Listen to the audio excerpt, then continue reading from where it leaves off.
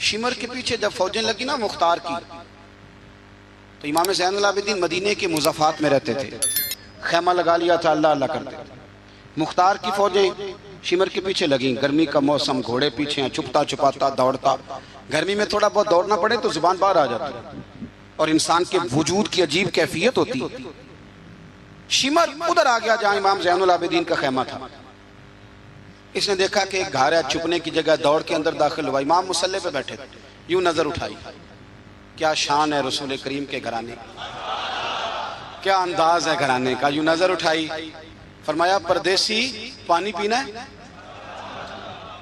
بند کرنے والا تھا پانی پینا ہے؟ کہنے لگا پینا ہے۔ شمر کہتے میں سمجھا کہ پہچانا نہیں امام زین العابدین، پہچانا نہیں۔ وقت بدل گیا، حالت بدل گئی، وہ تاج و تخت والے آج رسوا ہیں۔ امام زین العابدین خود اٹھے، سننا اور یاد رکھنا، اٹھے، پیالے سے پانی، اپنے مٹکے سے پانی پیالے میں ڈالا، پھر ایک پیالہ دیا، پھر دوسرا دیا، اور پیو گے؟ تیسرا دیا۔ شمر کہتے جب میں سیر ہو کے پانی پی لیا نا تو مجھے تو گمان تھا نا پہچانے نہیں، تو میں اجازت لے کے باہر نکلا تو میں نا پانی تو پی لیا پر پانی پانی ہو گیا۔ ہم تو دشمن کو بھی پاکیزہ سزا دیتے ہیں، ہاتھ اٹھاتے نہیں، اسے اس کی نظروں سے گرا دیتے ہیں۔ کہتے ہیں کہ پانی پانی ہو گیا، یار میں نے پانی بند کیا، پیاسے رکھا 3 دن اور مجھے پلا رہے ہیں۔ شرم آئی اور میں نے کہا مر تو اب جانا ہی ہے، تو زین العابدین سے ایک سچی بات نہ کر لے۔ میں اندر گیا تو امام پھر گردن جھکائے بیٹھے تھے، تو میں نے کہا زین العابدین شاید آپ نے پہچانا نہیں۔ تو امام صاحب نے نظریں اٹھائیں تو آنکھوں میں آنسو تھے۔ فرمایا کیوں نہیں پہچانا؟ جب تو اندر داخل ہوا ہے تو مجھے 6 مہینے کا علی اصغر اسی وقت یاد آ گیا تھا۔ جب تو اندر آیا ہے تو میرے چچا کے کٹے ہوئے بازوؤں میں جو درد تھا اور میری پھوپھی کی آنکھوں میں جو آنسو تھے مجھے سارے یاد آئے تھے، اور وہ کہاں کربلا اور کہاں دمشق تم نے نیزے پہ لٹکا کے میرے باپ کا جو سار گلیوں میں گھمایا مجھے سارا یاد آیا تھا۔ شمر کہتا میں نے گھبرا کے کہا پھر پانی کیوں پلایا؟ اگر پہچان گئے تھے تو پانی کیوں پلایا؟ کہتا یوں کر کے آنسو پونچھے امام نے، فرمانے لگے میری مجبوری ہے، میں ساقی کوثر کا نواسا ہوں، میری مجبوری ہے، مجھے پلانا تھا، میں مجبور ہوں، اس لیے کہ مصطفیٰ کا نواسا ہوں۔ انہوں نے ہمیں سکھایا ہے کہ جو پانی نہ دے اسے پیالے بھر بھر کے پلانا چاہیے۔ کدھر گیا میرا اور آپ کا کردار؟ چھوٹے چھوٹے دل، اتنی اتنی بات میں جھگڑا۔ ہو سکتا ہے ساقی صاحب سے بھی میں ناراض ہو جاتا اگر سٹیج پہ بڑی کرسی نہ رکھتے، اتنا سا دل بس۔ ہو سکتا ہے بگڑ جائیں ایک دوسرے سے کہ مجھے بلایا ہی نہیں، نعرے نہیں لگائے، بندہ استقبال کوئی نہیں بھیجا۔ او بھائی یہ تو چھوٹے لوگ اس طرح کی باتیں کرتے ہیں، یہ تو کچی پکی باتیں۔ جو آدمی بڑا ہوتا ہے وہ استقبال سے بڑا نہیں ہوتا، جو بڑا ہوتا ہے وہ بڑی کرسی سے بڑا، جو بڑا ہوتا ہے وہ آگے بیٹھنے سے بڑا نہیں ہوتا، صدر صدر ہی ہوتا ہے، وہ جہاں بھی بیٹھ جائے وہ صدر ہی ہے۔ ان چکروں سے باہر آئیں۔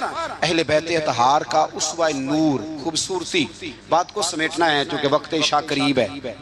کیوں نکلے امام حسین یزید کے خلاف؟ یزید تو جامع مسجد دمشق کا خطیب تھا، پتہ ہے آپ کو؟ چلیں اب پتہ چل گیا۔ داڑھی والا آدمی، علماء جانتے ہیں، جبہ پہنتا تھا بڑا شاندار، حج کے خطبے دیتا تھا، حج کے۔ ہمارے تو حکمرانوں کو سورت اخلاص نہیں آتی، پھر بھی آپ کہہ کے دیکھیں، وہ کہیں گے سب سے زیادہ مذہب کا پتہ ہی مجھے ہے۔ یزید داڑھی والا، پگڑی والا، امامے والا، جبے والا، حج پڑھانے والا، تو امام آپ کو کیا ضرورت پڑی تھی اس کے خلاف نکلے، اور اس طرح نکلے کہ بچے قربان کرا دیے۔ تو امام حسین کے سارے خطبے، سارے مدینے سے مکہ، مکہ سے مقام بیضا، وہاں سے کربلا، سارے خطبے، وہی خطبہ پھر دمشق میں امام زین العابدین کا، وہی پھر مدینے میں امام زین العابدین کا۔ امام حسین فرمانے لگے یزید اللہ کی حدوں کو توڑتا ہے، رب کے حلال کو حرام اور حرام کو، آپ کے ملک میں کہا نہیں جاتا کہ مولوی گنجائش نکالیں سود کے بارے میں؟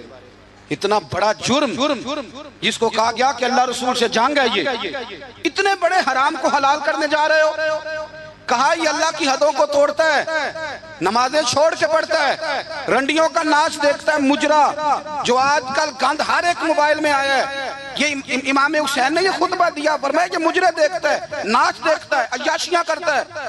اور پھر امام حسین نے فرمایا میں نے اپنی آنکھوں سے اسے مدینے میں شراب پیتے دیکھا، فرمایا جو اتنے بڑے کبائر کرتا ہو اس کے ہاتھ میں ہاتھ دے دوں؟ یار سمجھو تو صحیح، امام حسین کا جہاد تو بے حیائی کے خلاف، شراب کے خلاف، امام حسین کا جہاد تو دین کو نافذ کرنے کا، نماز پڑھنے سے یزید منع نہیں کرتا، نافذ کرنے کا جہاد۔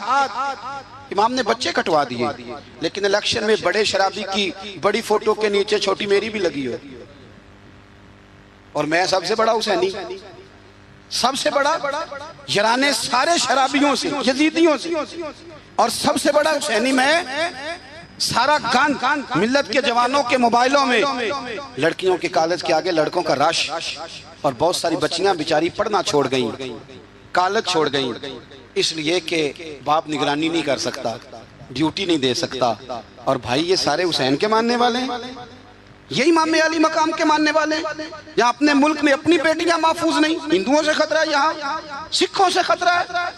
او میرے عزیز یاد رکھ، اگر تو گند دیکھتا ہے، گند کو پروموٹ کرتا ہے، گند کی بات کرتا ہے، اور اس بے حیائی کو فروغ دیتا ہے، تو قیامت والے دن امام حسین کا ہاتھ ہوگا، تیرا میرا گریبان ہوگا۔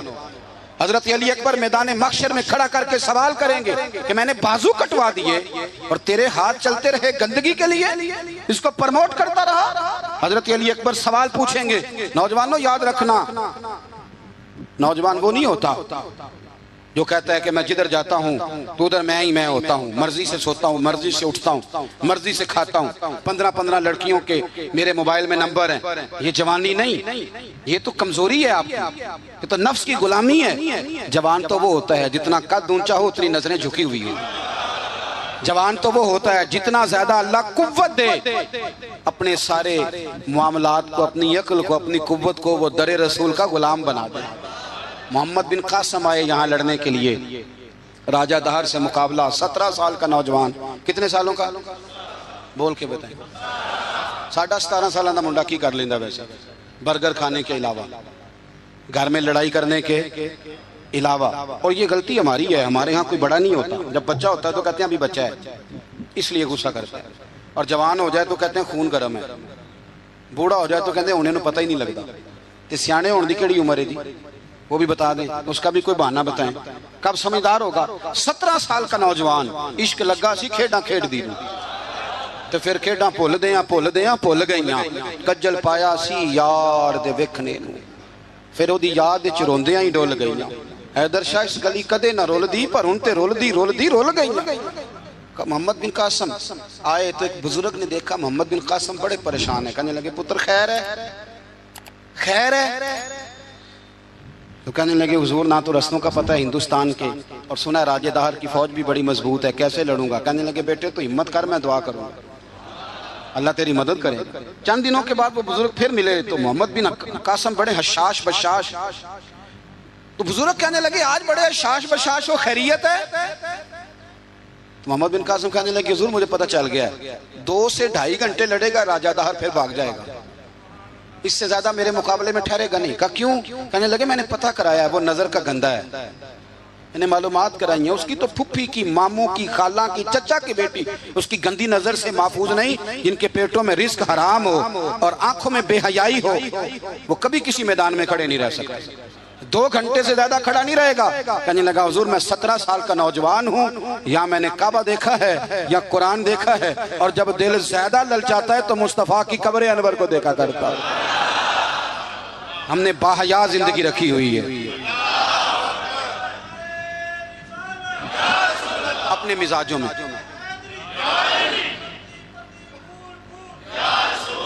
سنیں اللہ جزائے خیر، سنیں امام حسین نے نا سر سجدے میں کٹایا اور تلاوت نیزے کی نوک پہ بھی جاری رہی۔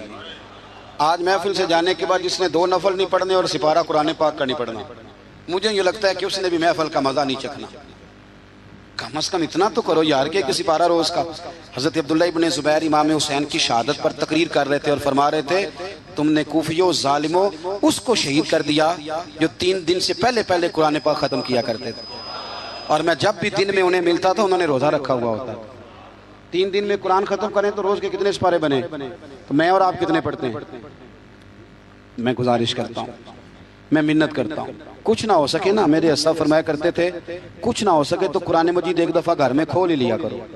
فرماتے تھے اس کے صفوں سے ایسا نور نکلے گا کہ تمہارا گھر روشن ہو جائے، اسے کھول ہی لو، قرآن سے پیار کرو۔ اسلام سے پیار کرو، دین کو اپناؤ۔ بچے اس وقت نہیں نماز پڑھیں گے جب آپ گھر میں لیکچر دیں گے کہ نماز پڑھنا چاہیے۔ آپ مصلی بچھا لیں، 1.5 سال کا بچہ بھی آپ کے ساتھ کھڑا ہو جائے، اس کو پتہ کوئی نہیں نماز کیا ہے، پر ابا پڑھ رہا ہے تو وہ انشاءاللہ پڑھے گا۔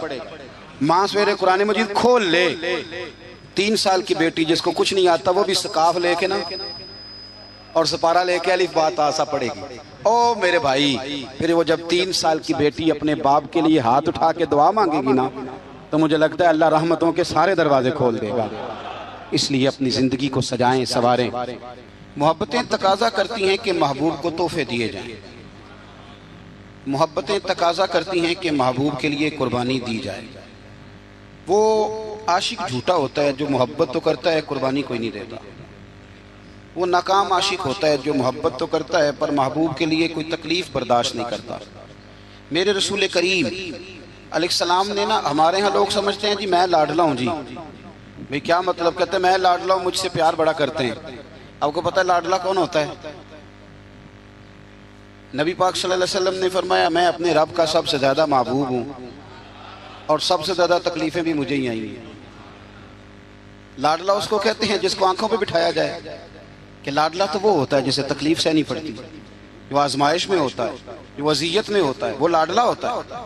حضور فرمانے لگے، سنو میری بات کو، اس کو سمجھو، فرمایا میں اللہ کا سب سے زیادہ محبوب ہوں اور سب سے زیادہ تکلیفیں بھی مجھے آئی ہیں، اس لیے کہ میں اس کا محبوب ہوں۔ بھائی یہ محبت کا رستہ ہے۔ اگر آپ لاڈلے ہیں تو بتاؤ پھر اذیت کتنی اٹھائی، اگر آپ لاڈلے ہیں تو تکلیف کتنی برداشت کی۔ جتنے لاڈلے ہیں حضرت آدم سے لے کر میرے محبوب تک، سب نے تکلیفیں اٹھائیں۔ حضور کے صحابہ نے بڑے غم سہے، زخم پہ زخم کھا کے جی، خون جگر کے گھونٹ پی، آہ نہ کر لبوں کو سی، یہ عشق ہے کوئی دل لگی نہیں۔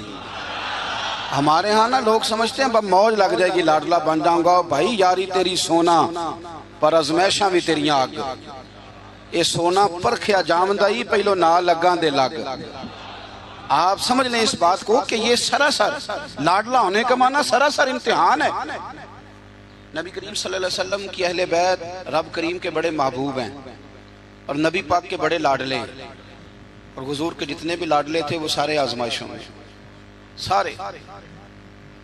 لاڈلا وہ پیر صاحب کا بیٹا ہوتا ہے جو کرتا کراتا کچھ نہیں، وہ مادرزاد ولی ہے جی، لاڈلا ہے۔ مطلب کیا کہتے ہیں؟ یہ کچھ بھی نہیں کرتا، 4-5 بندے ہوتے ہیں جو اس کے جوتے اٹھاتے ہیں، ٹیشو پکڑتے ہیں، آگے پیچھے دوڑتے ہیں، یہ لاڈلا ہے۔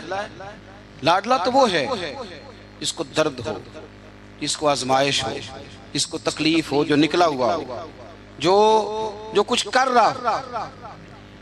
نبی پاک علیہ السلام کے اہل بیت لاڈلے، سیدہ عائشہ صدیقہ فرمایا کرتی تھی حضور کی ازواج میں سے حضور کو سب سے زیادہ پیار سیدہ خدیجہ الکبریٰ کے ساتھ تھا۔ سیدہ خدیجہ الکبریٰ رضی اللہ تعالیٰ عنہ مومنوں کی مائیں ہیں۔ حضور علیہ السلام سے نکاح ہونے سے پہلے وہ مکے کی ملکہ شمار ہوتی تھی۔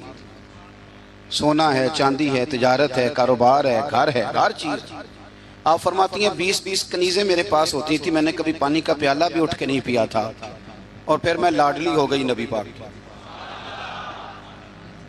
پھر لاڈلی ہو گئی، پھر حضور کی نظر کرم مجھ پر پڑی، پھر محبوب کریم علیہ السلام نے مجھے قبول فرمایا، اور پھر رنگ کیا بنا؟ ظہر کے وقت، ابن اسحاق کہتے ہیں ظہر کے وقت نبی کریم کی بارگاہ میں ساری دولت، ساری کنیزیں، سارے غلام حضرت خدیجہ نے دیے ظہر کے وقت۔ عصر سے پہلے پہلے میرے نبی نے سارا کچھ تقسیم فرما دیا۔ یہ بطور مثال بیان کرتے ہیں، فرماتے ہیں یوں سمجھو کہ ظہر کے وقت دیے اور عصر سے پہلے پہلے حضور نے بانٹ دیے۔ وہ بی بی جس نے کبھی بھی پانی کا پیالہ نہیں پیا تھا، پھر وہ گھر میں جھاڑو دیتی، پھر وہ چولہے میں آگ جلاتی، اور پھر وہ خاتون، دیکھیں نا بندہ غریب سے امیر ہو جائے تو گزارا ہو جاتا ہے، اور امیر سے غریب ہونا پڑ جائے بڑی مشکل ہوتی۔ حضرت خدیجہ الکبریٰ نا باورچی خانے سے کھانا پکا کے نکلی، چولہا جلایا، اور جب نکلی تو 17 پیبند تھے پورے وجود پر کپڑوں کے۔ تینوں لب دیاں آپ گواچے، سانو اپنی خبر نہ کوئی، ساتھوں پارے نہیں ککھ گلیاں دے، ان تے سانو آخ دے لوگ شدائی، ننگ نموس دا ساڑ کے چولا، گل پہنے تاج گدائی او سجنا اپنا آپ گوایا ہے تاں یار نے چاتی پائی. نبی کریم صلی اللہ تعالی علیہ وسلم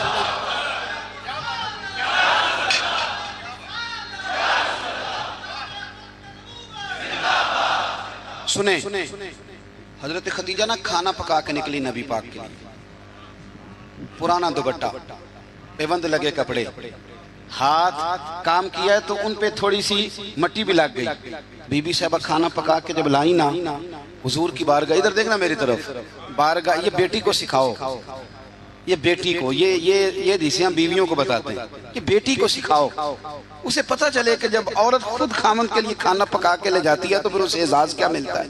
حضرت خدیجہ الکبریٰ وہ کھانا پکا کے لائیں اور جب نبی رحمت علیہ السلام کے سامنے کھڑی ہوئی نا تو حضور غور سے چہرہ دیکھنے لگے، غور سے. حضرت خدیجہ عرض کرنے لگی حضور کیا دیکھ رہے ہیں؟ فرمایا خدیجہ دیکھ یہ رہا ہوں کہ آپ کے آنے سے پہلے جبریل امین آ گئے اور وہ کہہ رہے تھے کہ یا رسول اللہ خدیجہ کھانا پکا رہی ہے، جب لے کے آ جائے تو اسے اس کے رب کا سلام کہہ دیجئے گا، اسے اس کے رب کا سلام دے دیں. کیوں؟ اس لیے کہ جب آپ قربانی دیتے ہیں، جب آپ احسار کرتے ہیں، جب آپ کچھ کر کے دیتے ہیں. میرے معاشرے میں، میرے زمانے میں میری طرح کے سینکڑوں لوگوں کا جن کی موجیں لگی ہوئی ہیں، کیا کرایا کچھ نہیں، کچھ بھی نہیں. ہم نے نا دین سے کچھ لیا ہے، دیا نہیں. اور ہمارا آج بھی لینے کا شوق ہے، دینے کا نہیں. میں اگر روز میں کہتا ہوں روز کہ اسلام اور وہ لوگ فلانا بندہ خدمت نہیں کرتا، فلانا عزت نہیں کرتا، فلانا قدر نہیں کرتا، کوئی اگر مجھ سے پوچھ لے کہ صاحب آپ نے کیا دیا ہے، ہم روز دعائیں مانگ رہے ہیں، التجائے کر رہے ہیں، تعویذ لے رہے ہیں، مانگ رہے ہیں. اگر کبھی ہم اپنے دل کی عدالت لگائیں اور پوچھیں ہم نے مذہب کو کیا دیا، وہ 5,000 روپیہ جو ہم مسجد میں دیتے ہیں نا، وہ بھی 25 جگہ پہ لوگوں کو خبر ہوتی ہے کہ دے دیا ہے. تو نے کوئی دکھ سہا مذہب کے لیے؟ کوئی پتھر کھایا تو نے دین کے لیے؟ کبھی کانٹوں پہ چلا تو مذہب کے لیے؟ کبھی تو آگے بڑھا؟ دین نبی دا وانگ یتیمہ رووے تے کرلاوے تے آکھے میں کتھوں لباں عمر بہادر جیڑا مینوں سینے لاوے. تو حال ہی کوئی نہیں، کوئی پوزیشن نہیں. جو لوگ تھوڑا بہت دین کا کام کر رہے ہیں، علماء اور مشائخ، ان پر بھی ہماری تنقید سانس نہیں لینے دیتی. وہ بھی ہمارے نزدیک شاید وہ مخلوق ہی نہیں جس سے ہم پیار کریں. ہم انہیں حصہ نہیں بنانا چاہ رہے معاشرے کا، کبھی ان سے انسلاک نہیں چاہ رہے. دوستو مذہب کو تو ضرورت ہے. میں سینکڑوں ایسے لوگوں کو جانتا ہوں جن کی بغل میں P H D, M Phil, M S C کی ڈگریاں ہیں، پر دین کی الف بات آسا کو نہیں جانتے. اور ہم کیا کر رہے ہیں؟ میری طرح کے بندے تقریریں کر رہے ہیں، وہ کہہ رہے ہیں لوگوں کو دیکھو جی قوم کتنی خراب ہو گئی، لوگوں کو جنازہ نہیں آتا. تو اگر مجھ کو کھڑا کر کے پوچھ لے کہ آپ نے کتنوں کو یاد کرایا ہے، اس کا کیا جواب ہے میرے پاس؟ لوگوں کو جی دعائے قنوت نہیں آتی تو بھئی آپ نے کتنوں کو یاد کرائی؟ بتائیے کتنوں کو آپ نے مغرب کے وقت، عشاء وقت بلا کے کہا بھائی ادھر آؤ؟ ہمارے ایک بزرگ تھے تو ان سے کسی نے کہا حضور دین کی تبلیغ کس طرح کرنی چاہیے؟ بندہ سادہ تھا، فرمانے لگے تجھے علمی ماحول میں نہیں سمجھاؤں گا، تیری زبان میں سمجھاؤں گا. دین کی دعوت، دین کا پیغام، دین کی تبلیغ کیسے کرنی چاہیے؟ فرمانے لگے کم از کم اسی طرح کر لیا کرو جس طرح کسی سے ادھار پیسے لیتے ہو. کس طرح لیتے ہیں بھلا؟ ٹیلی فون پہ کہہ دیتے ہیں 2 لاکھ دے جائیں، السلام علیکم بھائی جان آپ سے کام تھا. وہ کہتا بتاؤ، کہتے نہیں ٹیلی فون والا نہیں. بتاؤ کہاں؟ وہ کہتا میں 1:30 بجے آؤں گا. کہتا میں 1:15 دروازے پہ کھڑا رہوں گا. پھر اس کے گھر پہنچ جاتا ہے، پھر جا کے اس دکھ سے اپنی کہانی سناتا ہے کہ شاید سامنے والا رو ہی پڑے. اور اکیلے میں ایسے ہوتا ہے کہ نہیں؟ چلو نہ ہی کر دو مجھے پتا چلے کہ ہوتا ہے کہ نہیں. اس دکھ سے داستان سنائے گا کہ روئی پڑے وہ، اور پھر قسمیں اٹھائے گا کہ بندہ بڑا اچھا ہوں، واپس بھی ٹائم پہ کر دوں گا.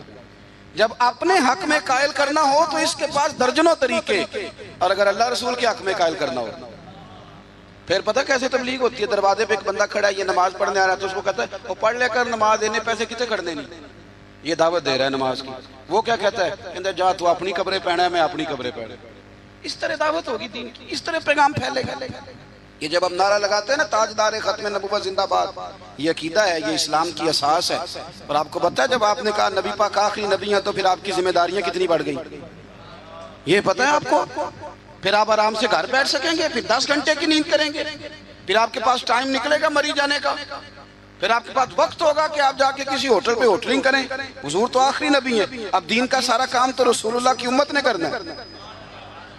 تو امت کے پاس تو بور ہونے کے لیے بھی بڑا ٹائم ہے، فیس بک کے لیے بڑا ٹائم ہے۔ بھائی جتنے محبوب تھے، جتنے پیارے تھے، انہوں نے قربانیاں دی۔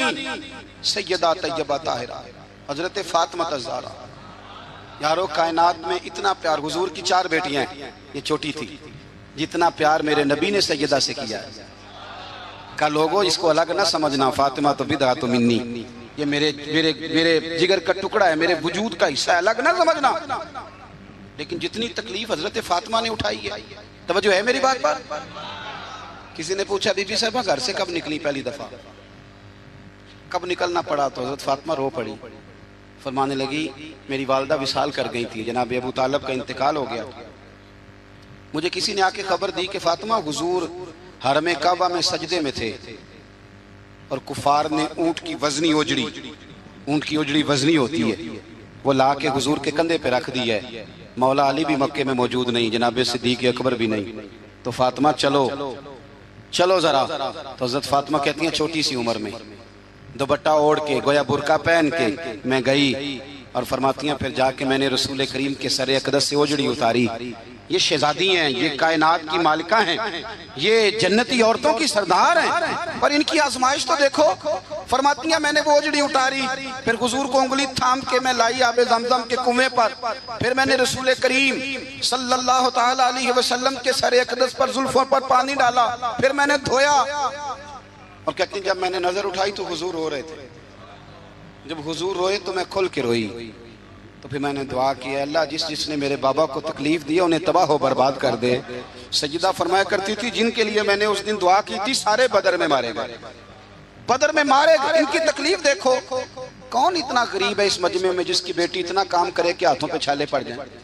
ہیں ویسے سب کی بچیاں دکھی، جس کو آپ ٹٹولیں گے وہی کہے گا دماد بڑا ظالم ہے، میری بیٹی تو لاڈوں میں پلی ہوئی تھی۔ ہے کوئی اتنا غریب جس کی بیٹی اتنا کام کرے کہ ہاتھوں پہ چھالے پڑ جائیں؟ اور سیدہ فاطمہ نے اپنے گھر میں مٹی گوند کے لیپا پوتی بھی کی، سیدہ فاطمہ نے چکی پیسی، چکی میرے ملک میں جس کو سزا ملتی ہے اسے چکی پیسنے پہ لگاتے ہیں، بی بی صاحبہ نے چکی پیسی، کہہ دیتے ہو سن لیتے ہو۔ کبھی پتہ ہے آپ کو کہ خاتون خامہ واشنگ مشین پر کپڑے دھوتی ہے تو رات کو کہتی ہے 2 گولیاں لا دو پیناڈول ڈال کے، بڑی تھک گئی، وہ بھائی چکی پیس کے کھانا پکایا، اور ایک وقت کھایا تو ایک وقت بھوک کاٹی، اذیت اور تکلیف میں وقت گزارا۔ حضرت مولا علی کا جب نکاح ہوا تو اپنا مکان کوئی نہیں تھا، مسجد میں سوتے تھے، حضرت عارصہ بن نعمان کا مکان محبوب نے لے کر دیا، اس میں وقت گزارا، تکلیفیں ہیں، آزمائشیں ہیں، لیکن جب دین کو کچھ دینے کی باری آتی ہے، حضرت سیدنا سلمان فارسی فرماتے ہیں نبی کریم علیہ السلام کے پاس مہمان آیا تو حضور علیہ السلام نے فرمایا میرے گھر میں ظاہری طور پر کچھ نہیں، جاؤ کہیں سے پتہ کرو۔ جناب سلمان فارسی فرماتے ہیں میں حضرت علی کے دروازے سے گزرا تو مولا علی پوچھنے لگے خیریت ہے؟ میں نے کہا مہمان آیا ہے۔ توجہ ہے میری بات پر؟ سمجھ آ رہی ہے آپ حضرات کو؟ مہمان آیا ہے، اس کے پاس کھانے کو کچھ نہیں، تو کہتے ہیں میں مولا علی سے باتیں کر رہا تھا تو سیدہ فاطمہ اندر سن رہی تھی، کہنے لگی علی انہیں روک لو، انہیں روکو۔ تو مولا علی پلٹ کے کہنے لگے فاطمہ 4 دن سے تو بچوں نے کچھ نہیں کھایا۔ فرمایا ان کی خیر ہے، مہمان کے لیے میرے پاس ہے۔ وَيُقْسِرُونَ عَلَىٰ أَنفُسِهِمْ وَلَوْ كَانَ بِهِمْ خَصَاصَةٌ، ان کے لیے میرے پاس ہے۔ کہا کیا؟ فرمایا گھر میں ایک بستر پڑا ہے، میں کون سا کبھی کبھار تو استعمال کرتی ہوں، جاؤ کسی کے پاس گروی رکھ دو یا بیچ دو۔ او یارو کب ایسا ہوتا ہے، لیکن قربانی ہوتی ہے۔ حضرت سلمان فارسی کہتے ہیں میں شمون یہودی کے پاس لے کے گیا، توجہ ہے نا میری بات پر؟ میں نے کہا یہ گروی رکھ لو یا خرید لو اور ہمیں ایک مہمان کے لیے 3 وقت کا کھانا دے دو۔ تو کہتے ہیں وہ خوشبو سونگھ کے کہنے لگا کہاں سے آیا ہے؟ میں نے کہا مولا علی کے گھر سے۔ کہتے ہیں وہ دوڑ کے اندر گیا، پھر آیا، پھر گیا، پھر آیا، تیسری دفعہ واپس آیا تو اس کے ہاتھ میں کچھ صفحے تھے۔ میں نے کہا یہ کیا ہے؟ کہنے لگا میں نے تورات میں پڑھا تھا کہ محمد صلی اللہ علیہ وسلم اور اصحاب محمد آخری محبوب کا طریقہ یہ ہوگا، ان کے غلاموں کا طریقہ یہ ہوگا کہ وہ اپنی جان پر بوجھ برداشت کر کے بھی غیروں کی مدد کریں گے۔ میں نے ساری نشانیاں دیکھ لی تھیں، آج یہ نشانی بھی پوری ہو گئی۔ سودا بھی لے جا، کمبل بھی لے جا، اور مجھے بھی لے جا تاکہ جا کے میں مصطفیٰ کا کلمہ پڑھ لوں، حضور کا غلام ہو جاؤں۔ بھائی قربانی، اظہار، کچھ دینا، دین کے لیے کچھ کرنا، اپنی خدمات کو پیش کرنا، اور مخلص ہو کر، خالص ہو کر۔ یہ بہت زیادہ پوسٹر چھپتے ہیں نا جب ہمارے، اب ہم تو منع میری نہ کر سکتے، 20 30 آدمی بیک وقت ویڈیو بناتے ہیں، تو کسی وقت نہ شیطان حملہ بھی کرتا ہے، وہ کہتا ہے دیکھا کتنی بلے بلے ہے، اس شہر میں بھی اتنے لوگ تھے، فلانی جگہ بھی، یہ بڑی مصیبت ہے، آپ کو اپنے آپ کو روک کے رکھنا، کہیں کھڑا کرنا، یہ ایک بہت بڑی آزمائش ہوتی ہے۔ اس لیے مولا رومی نے پورا کلام لکھا ہے، وہ کہتے ہیں زوال والے پر تو آزمائش ہی کوئی نہیں ہوتی، آزمائش تو ہوتی عروج والے پہ، زوال والے کو کیا۔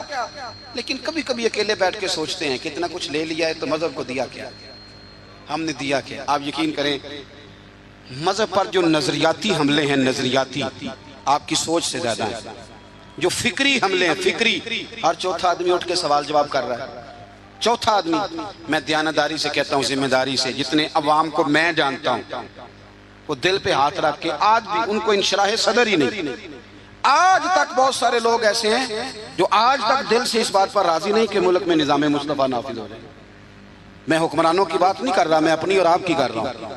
کتنے فیصد لوگ ہیں جو یہ چاہتے ہیں؟ سوال ہی نہیں پیدا ہوتا، ہمارا مزاج ہی نہیں ہے، انشراح صدر ہی نہیں لوگوں کو نصیب۔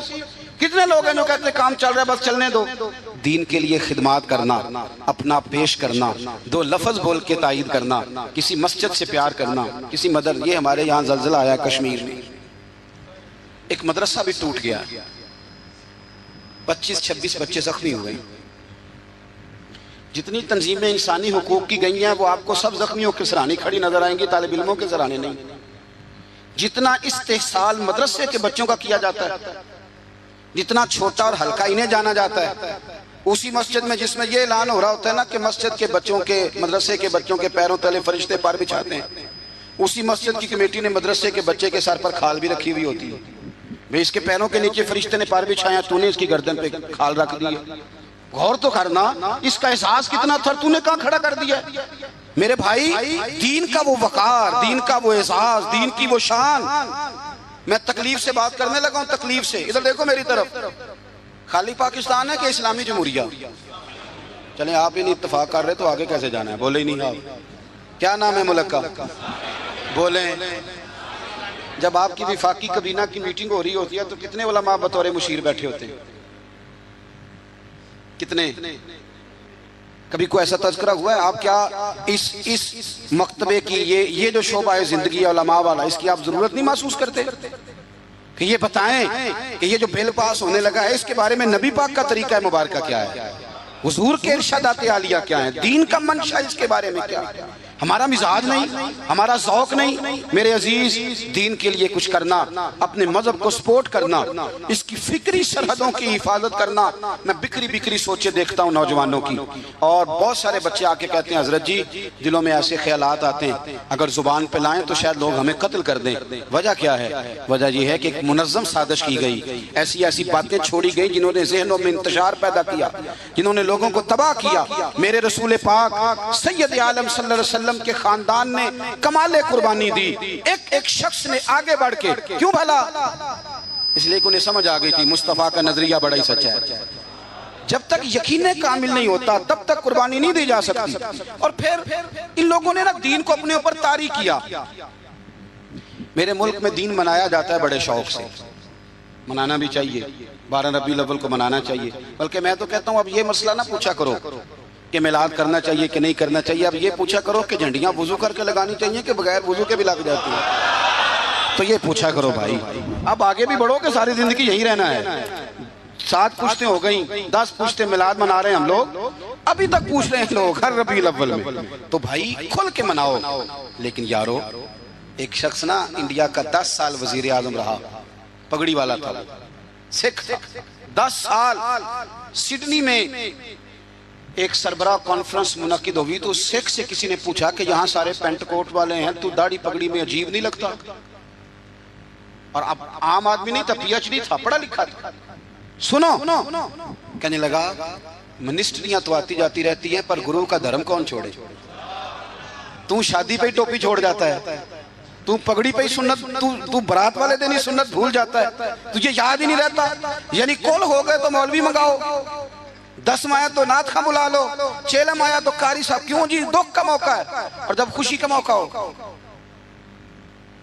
سکھوں کا رشتہ اللہ رسول سے نہیں، تازہ کا حج کر کے حاجی صاحب آئے ہیں تازہ، اور ان کے بچے کی شادی ہے تو ان سے پوچھا حاجی صاحب وہ مہندی والے دن بچوں نے بڑی تباہی کہتے میں تے ڈیرے تے سن، میں نہیں پتا منڈے کی کر دے سن، حج بھی کیتی جاندے ہو تے لو بھی پیتی جاندے ہو، کھو کے مال یتیماں دا تے بھیج مسیتی جاندے ہو، پھٹ دلان دے سیندے نہیں تے ٹوپیاں سیتی جاندے ہو، نفس دے چھری پھیر دے نہیں تے دمدے کیتی جاندے ہو، فرض بھلائی بیٹھے ہو، نفلہ نیتی جاندے ہو، او دسو تے صحیح بلے شانو ایک ہی کیتی جاندے ہو، او دسو تے صحیح بلے شانو ایک ہی کیتی جاندے ہو۔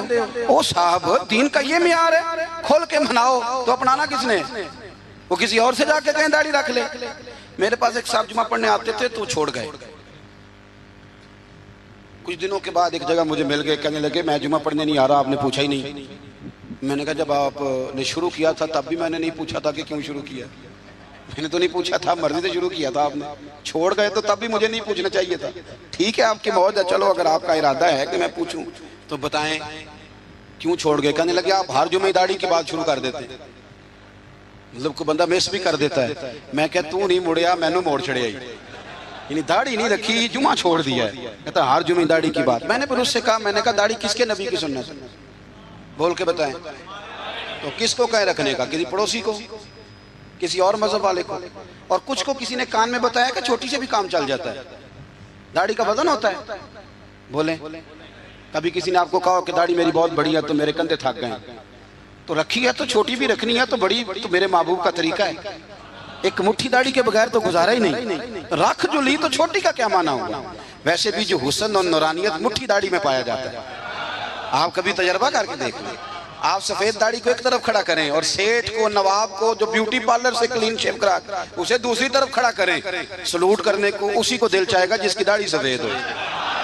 ہاں اور سنو بخاری مسلم کی حدیث، میرے رسول کریم سید عالم نور مجسم شفیع معظم صلی اللہ علیہ وسلم نے فرمایا، حضور فرمانے لگے، نبی کریم فرمانے لگے، لوگوں جس نے 3 لوگوں کی عزت کی۔ یا رسول اللہ کس کی؟ فرمایا عدل کرنے والے بادشاہ کی، قرآن کے عالم کی، اور سفید داڑھی والے مسلمان کی۔ فرمایا جس نے ان تینوں کی عزت کی سمجھے میں نے اپنے رب کا حیا کیا ہے۔ اتنی بڑی بات کر دی نبی کریم نے، اتنی بڑی بات، تھوڑی محبت۔ اہل بیت نے نا دین کے لیے قربانیاں دی اور پھر دین کو اپنایا، بڑے میٹھے اخلاق تھے اہل بیت کے، دل میں بڑی صفائی، طبیعتوں میں بڑی مٹھاس، معاف کرنے کا بڑا ہی جذبہ، معاف کرنے کا بڑا، ہم تو بدلہ لے رہے ہیں، اوہو پنچایت میں کبھی صلح کر بھی لیں تو معافی نہیں دیتے، کہتے ہیں اب تو چودھری صاحب کہہ رہے ہیں مان جاتا ہوں، پھر جب میرے قابو آئے گا نا تو معافی نہیں دیتے، صلح کر لیتے ہیں کسی کے کہنے پر۔ نفسیاتی طور پر ہم بڑے ڈسٹرب اس لیے ہیں کہ ہم بے سکون رہتے ہیں جان بوجھ کے، وجہ ہی کوئی نہیں، لیکن جب تک زندگی ہے اللہ نے زندہ رکھنا ہے، اور جب وقت آ جانا ہے تو پھر کوئی ہمیں بچا سکتا، تو ٹینشن کس بات کی ہے، ڈپریشن کس بات کا ہے؟ ایک بات۔ دوسری بات یہ کہ دوسروں کی نفسیات کا بھی تھوڑا تھوڑا خیال کریں۔ ہم پتہ کیا چاہتے ہیں؟ سارے میرے مطابق چلیں، پھر نفسیاتی مسائل پیدا ہوتے ہیں۔ میرے ساتھ اگر 100 بندہ پیار کرتا ہے تو ان کے مطالبے الگ الگ ہیں، کوئی کہتا ہے جناب کو پیار ہی کرنا چاہیے، ہر ایک سے مسکرا کے ملنا چاہیے، کوئی کہتا ہے حضرت صاحب اتنا بھی پیار کریں تو لوگ نگل جاتے ہیں، تھوڑی ڈنڈی پٹی بھی ہونی چاہیے۔ دونوں قسم کے لوگ ہیں نا جی، ایک وہ شخص ہے جو کہتا ہے اتنا بڑا مجمع ہے تو 2 سیکیورٹی گارڈ بھی ہونے چاہیے، تیسرا کہتا ہے جی یہ عجیب عجیب لگتا ہے، گارڈ رکھے ہوں کسی بندے نے، کسی بڑے آدمی، تو یہ ہر بندے کا مطالبہ۔ اب آپ نے کیا کرنا ہے؟ آپ نے لوگوں کے مزاج کی رعایت کرنی ہے، جہاں تک آپ پیار کر سکیں آپ نے کرنا ہے، جہاں تک محبت کر سکیں آپ نے محبت۔ نبی پاک نا بچوں کے مزاج کا خیال کرتے، چھوٹے بچوں، حضور پاس سے گزرتے تو فرماتے السلام علیکم۔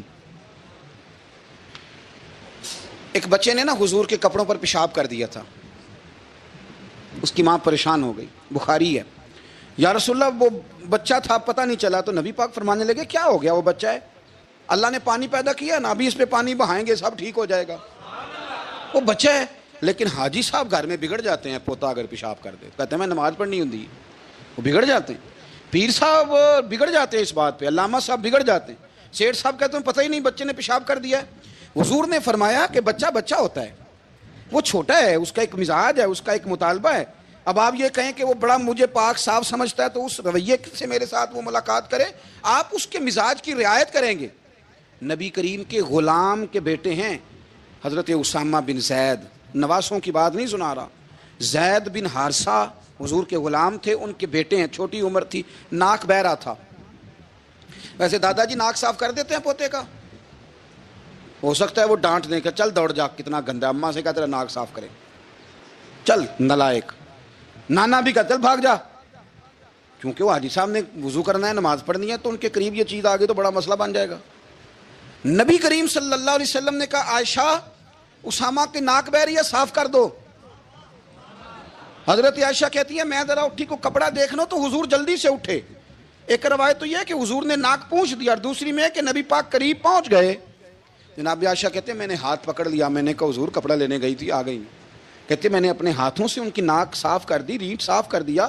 اللہ کے رسول گویا میری طرف دیکھ کے مسکرائے، حضور راضی ہوئے. بچے تو بچے ہوتے ہیں، بچے تو بچے ہوتے ہیں. اب آپ کو بچہ حاجی صاحب مانے، پہلے نمازی صاحب مانے، آپ کو پہلے بچہ جو ہے وہ بڑا سیاںا مانے، سمجھدار مانے، عقل مند مانے، پیر صاحب مانے. چھوٹا بچہ تو وہ نہیں مان سکتا. آپ اس کی نفسیات کے مطابق اس کے ساتھ چلیں. آپ رویہ وہ رکھیں کہ وہ بچہ ہے، وہ چھوٹا ہے. حضور بچوں کے پاس سے گزرتے تھے تو انہیں سلام کہتے تھے. آپ بھی کہتے ہیں؟ آج سے کہیں گے؟ حضور گزرتے چھوٹے کہتے السلام علیکم. اور نبی پاک صلی اللہ علیہ وسلم کبھی کبھی نا بچے کھیل رہے ہوتے تو حضور بیٹھ جاتے، فرماتے یار میرے سینے سے تو لگو.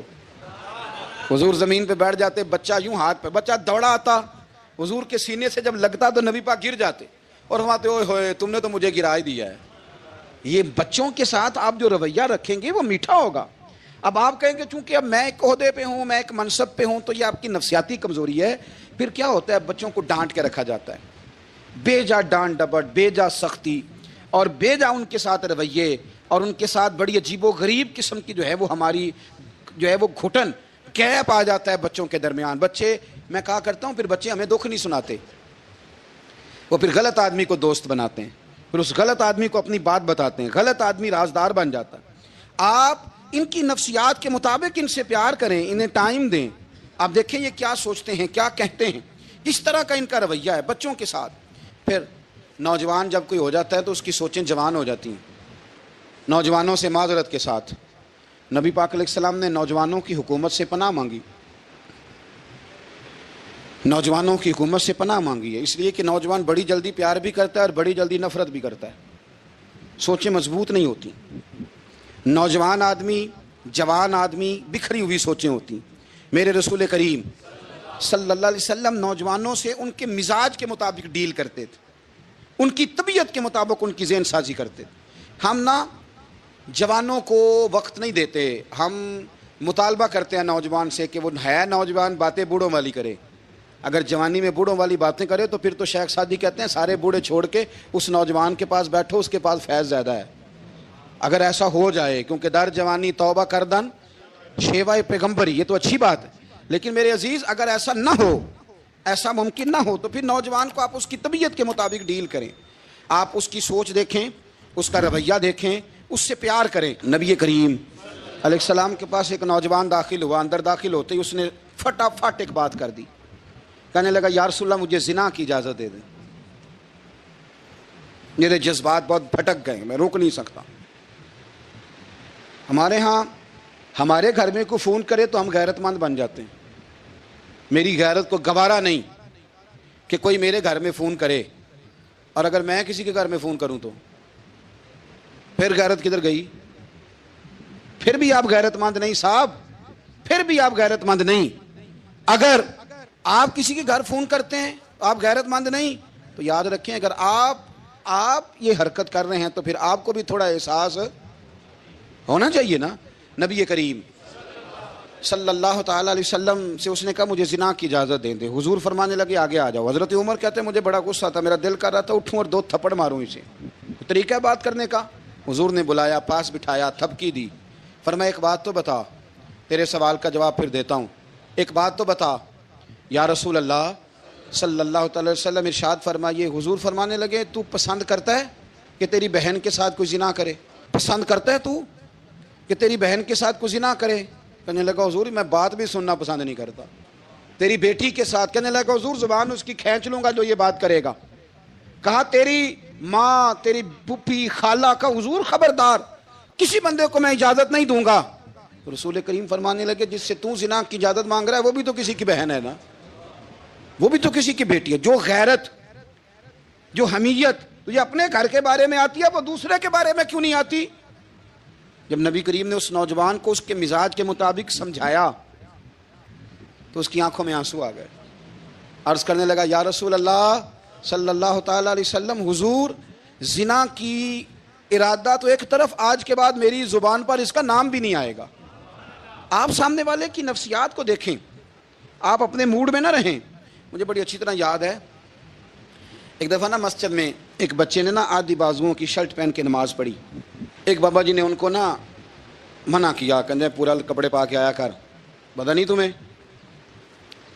وہ کہنے لگا، بچہ کہنے لگا نماز ہو جاتی ہے، بازو آپ فولڈ کر کے ایسے کر کے، بڑے بازوؤں فولڈ کر کے پڑھیں گے تو کراہت ہے، لیکن ویسے بھی آدھے بازوؤں والی شرٹ میں نماز ہو جاتی ہے، لیکن اچھا عمل نہیں، اچھا یہی ہے کہ آپ کے بازو پورے ہوں۔ تو بزرگ ان سے کہنے پورے کپڑے پہنو، کہنے لگا بھائی ہو جاتی ہے نماز، میں بھی تھا تو مجھے انہوں نے کہا جی حضرت صاحب بات سننا، میں نے کہا جی حکم۔ کہنے لگے ان کپڑوں میں نماز ہو جاتی ہے؟ میں نے کہا جی ہو جاتی ہے۔ کہتے لگتا ہے منڈا چودھری آندا ہے، منڈا لگتا ہے چودھری آندا ہے۔ فٹافٹ اسی وقت انہی پیروں پہ میں کہا جی ہے واقعی چودھریاں دا بچہ، لیکن مسئلہ یہ ہے کہ دین چودھری کے لیے بھی وہی ہے اور غریب کے لیے بھی۔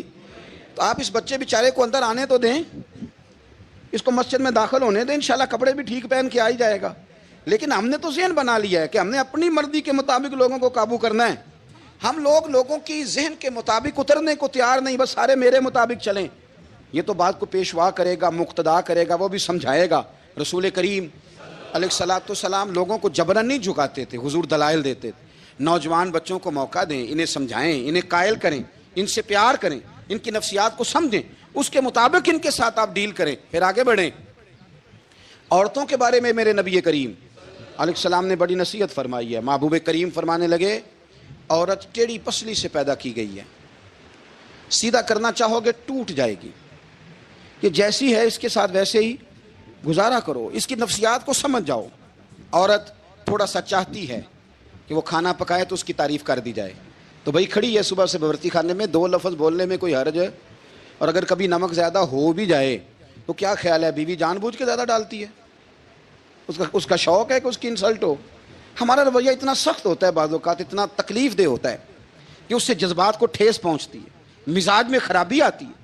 تھوڑی تعریف دیکھیں، عورت چاہتی ہے تھوڑا سا کہ میرے خاندان والے، میرے سسرال والے میری تھوڑی عزت کریں، تو وہ اگر سارا کچھ چھوڑ چھاڑ کے آ گئی ہے تو جس طرح ہم اپنی بیٹی کے لیے ذہن رکھتے ہیں عزت کا، اگر تھوڑا اس کے لیے بھی بنا لیں گے تو میرا خیال ہے کوئی حرج والی بات۔ ہم نا لوگوں کا خیال رکھنے کی بجائے لوگوں کو چڑھاتے ہیں۔ ناراض تو نہیں ہو جائیں گے آپ؟ نہیں، رہن دینے ہیں، لگتا ہے تو ہو جانا ہے بھائی، چڑھاتے ہیں لوگ۔ کسی نے کہہ دیا نا کہ یہ میرے گھر نہ آئے آج کے بعد، باپ نے بیٹے کو کہہ دیا یہ تیرے رشتہ دار نہ آئے، وہ کہتا ہے تو سویرے ضرور آئی، ویکھاں گا تینوں کیڑا ڈکدا ہے، آنا صبح۔ وہ کسی نے کہہ دیا نا اس گلی سے نہ گزرنا، کہنا میں ابھی گزروں گا، تو دیکھ لے جو تو نے کرنا ہے۔ ہم لوگوں کی نفسیات کے، بلکہ پتہ چل جائے نا فلانے کو فلان چیز بری لگتی ہے، اس کو لوگ زبردستی کرتے ہیں، چڑھاتے ہیں، نفرتیں پیدا کرتے ہیں، اس کے اندر غرور لاتے ہیں، مزاج کے اندر چڑچڑاپن پیدا کرتے ہیں۔ یہ کام نہ کریں۔ آپ اپنے لیے کیا گراؤنڈ بنا رہے ہیں کہ لوگ آپ سے نفرت کریں، لوگ تکلیف دیں آپ کو؟ یہ نوجوان بچے کسی نے ہارن دے دیا گاڑی کا تو آپ اس نے گاڑی پیچھے کرنی نہیں، وہ ماں بدولت کو ہارن بجا دیا ہے۔ یہ مہذب قوموں کا یہ رویہ نہیں ہوتا۔ یہ تو وہ قومیں ہیں جو مطلب بڑی تنگ ہیں اپنے آپ سے، یہ بڑے آوازار لوگ ہیں۔ ٹھنڈے رہیں، میٹھے رہیں، پیار کریں، دوسروں کے جذبات کا احساس کریں۔ نبی کریم صلی اللہ تعالیٰ علیہ وسلم نے ایک دن حضرت عائشہ صدیقہ سے کہا عائشہ تیرے ساتھ ایک بات نہ کروں حضور کریں؟ فرمایا جب تو ناراض ہوتی ہے تب بھی مجھے پتہ چل جاتا ہے، اور جب تو راضی ہوتی ہے تب بھی مجھے خبر ہو جاتی ہے۔ اتنا دھیان رکھتے ہیں خاوند گھر میں کہ اب اس کی پوزیشن کیا ہے اور اب یہ کیا سوچتی ہے اور کس بات پہ اس کو جو ہے وہ ناراضگی ہوتی ہے۔ مجھے جب تو راضی ہوتی ہے تب بھی پتہ ہوتا ہے ناراض۔ تو حضرت عائشہ کہتی ہے نہیں نہیں حضور ایسی تو بات ہی کوئی نہیں، آپ بتائیں۔ تو حضور فرمانے لگے جب میں کسی اور زوجہ کے پاس تھوڑا وقت گزار لیتا ہوں زیادہ، اور جب میں آتا ہوں تو ناراض ہوتی ہے۔ یا رسول اللہ آپ کو کیسے پتا؟ فرمایا بتاؤں حضور بتائیں۔ فرمایا اس وقت جب تو قسم اٹھاتی ہے تو کہتی ہے لا و رب ابراہیم، مجھے ابراہیم کے رب کی قسم، اور جب تو مجھ سے راضی ہوتی ہے تو کہتی ہے لا و رب محمد، مجھے محمد کے رب کی قسم۔ تو پھر حضرت ابراہیم کا نام لے لے کے حضرت عائشہ کہنے لگی محبوبہ قربان جاؤں، بات بالکل ٹھیک ہے، ایسے ہی ہے یا رسول اللہ، بالکل بالکل ایسے ہی ہے. جب تھوڑی خفگی ہوتی ہے تو میں یہ کام، تو حضور تو لوگوں کے مزاج کا خیال کرتے تھے، نبی کریم کو تو پتہ ہوتا تھا، لیکن ماں بدولت کہتے ہیں سارے میری مرضی کے مطابق چلیں. ہاں میں نے زندگی میں یہ تجربہ بھی کیا ہے کہ آپ لوگوں کا خیال رکھنے لگ جاتے ہیں تو لوگ خراب بھی ہو جاتے ہیں، اس میں کوئی شک نہیں.